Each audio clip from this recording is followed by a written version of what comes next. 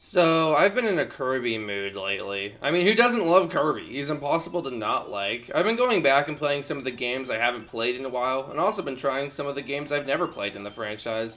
This wasn't supposed to be a video. I played all of Squeak Squad for the first time, and I ended up instinctively writing a multi-paragraph long review about it, because I guess I'm just like that. So I thought, why not make it a video? Squeak Squad has the reputation of being the most Kirby game, and I can definitely see why it has that title. Like, if you were going to make out with Squeak Squad, it wouldn't be a bad time, but you just know you would have a better session with other Kirby games. What the fuck is this analogy? Why did I write this? What's wrong with me? I enjoyed the game, and it's not bad, but the game has very few standout moments. Honestly, some of the most standout moments to me are the references to Kirby right back at ya. Castle DDD has the same design as it does in the anime, and the Nightmare Enterprise's monster teleporter is in the background of the King DDD boss fight. I always think it's cool when the games reference the anime. None of the levels are bad, but none of them really stick out. Some of the levels are really short, like 30 seconds short. It's really odd. Those levels are usually like mini challenges, and they can be refreshing, but it's odd how they're implemented. Like, what you just saw was an entire level. The new copy abilities, Bubble and Animal, are really fun, and I would love to see them again. The revamped magic ability is also great. The ghost ability is really cool, even if it is just kind of a gimmick thing you don't use that much. Even if it's not super useful, it's still really cool to be able to possess and control all these different enemies. Possessing someone is really messed up when you think about it, and this is coming from a ghost. It's funny how in Mario Odyssey they sugarcoat it and call possessing capturing. This is why no one likes you, Mario. You're a fucking pussy. And everyone knows Luigi is hotter, but actually we all know Bowser is the hottest Mario character, like goddamn. What are we talking about? Oh yeah, Kirby. Something that's really weird is that some things don't give you an ability, even though it really feels like they should. Some of the Squeaks throw bombs at you, and if you eat the bombs, you don't get the bomb ability, despite it being in the game. It's really weird. Since this is a DS game, they had to implement the touchscreen somewhere. Squeak Squad has a ton of bubbles everywhere, with items in them. Kirby can store those bubbles inside of his stomach for some reason. It's kind of odd, but I guess it's kind of cool seeing what Kirby's stomach looks like. I wonder what the inside of my stomach looks like. Unfortunately, I'm a ghost, so I can't see what the inside of mine looks like. But other people aren't ghosts. Hey, Noah.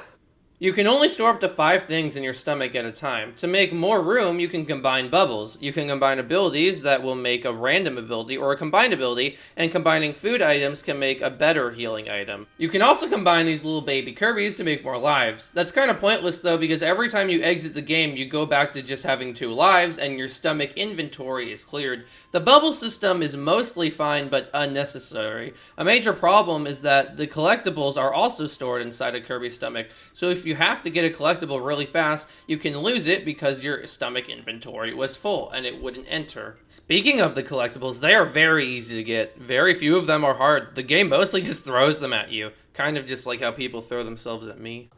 I mean, look at this Lego dragon I have. Who wouldn't want me? Squeak Squad is very short. You can beat the game in like 3 hours. The game does that thing where you have to find a certain number of collectibles in order to progress, and I normally hate when games do that, but the collectibles are so easy to get that you probably won't even get stuck. One annoying thing the game does is there will be multiple paths, and if you pick the wrong one, you will have to replay the level in order to get the collectible you missed.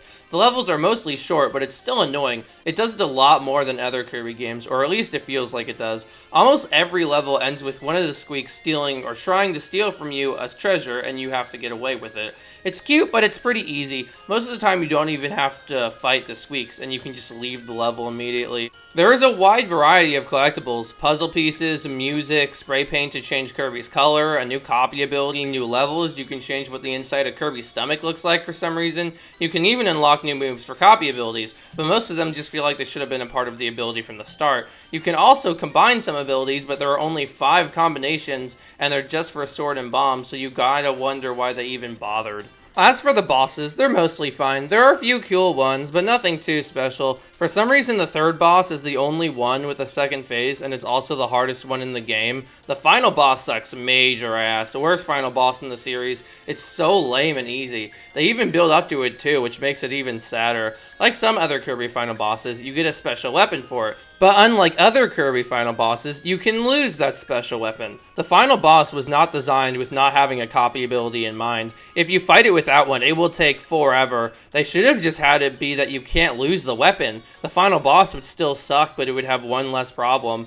One thing that is very annoying about this game is that your copy ability will get knocked out of you if you get hit once. This includes that special weapon you get for the final boss. In most Kirby games, it normally takes a few hits, but in this game, it's once. It doesn't ruin the entire game, but it's still pretty fucking annoying, and I could see it ruining the game for some people. It can get in the way of some of the fun of the game, and it's really too bad because it was such an avoidable problem. It honestly makes me wonder if getting your copy ability knocked out of you is even a necessary part of the Kirby franchise. Most of the side attractions are pretty unnoteworthy, nowhere near the level of some of the sub-games in some of Kirby's other games. The 3 sub-games all utilize the touchscreen, and they are all very mediocre. There's also a very lazily put together boss rush, and an extra mode that's just the main story, except with a timer.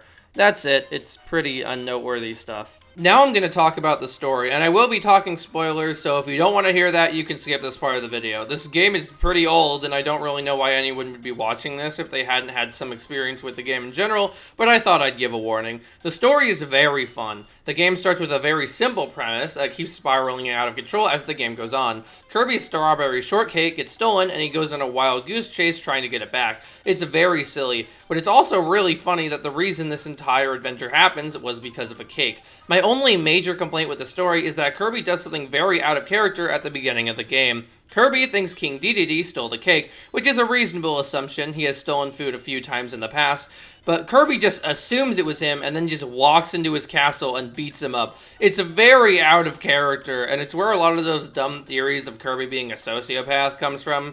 Kirby, you can't just break into people's house and beat them up. You'll go to jail for that.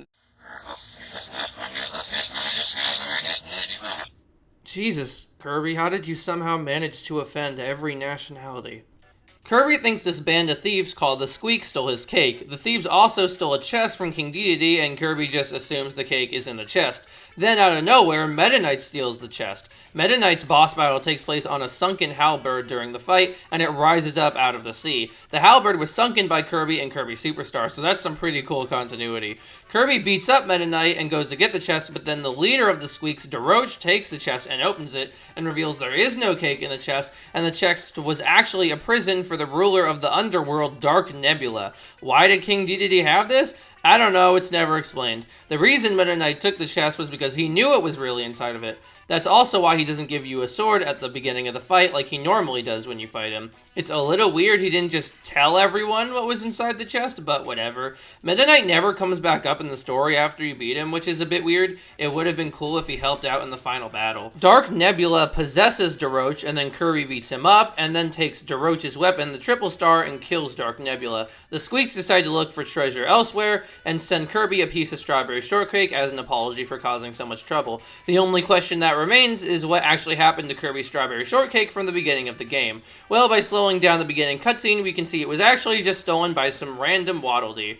Something weird I notice is that none of the bosses or Squeak's names are said in the game at all besides Dark Nebula. DeRoach, the main antagonist of the game, his name is not said anywhere, and it's pretty odd. I'm not actually sure where any of these guys' names actually originally come from. Also, Dark Nebula is just the ruler of the underworld, and we're just not going to talk about that. Feels like a weird thing to just throw out there so nonchalantly and not elaborate on game, but alright. It's possible it could be a mistranslation because apparently the original Japanese text says he is the ruler of darkness, but that's not really any better. I'm not really sure what that's supposed to mean. Overall, Kirby Squeak Squad is a fine game. It's something you can have a simple time with breezing through. It looks nice and the music's good. You won't have a bad time with it, but there are plenty of other Kirby games you could have a better time with. Thank you all for watching the video, and I hope you all have a fabulous day. What do you think of Kirby Squeak Squad, Cora? Good girl.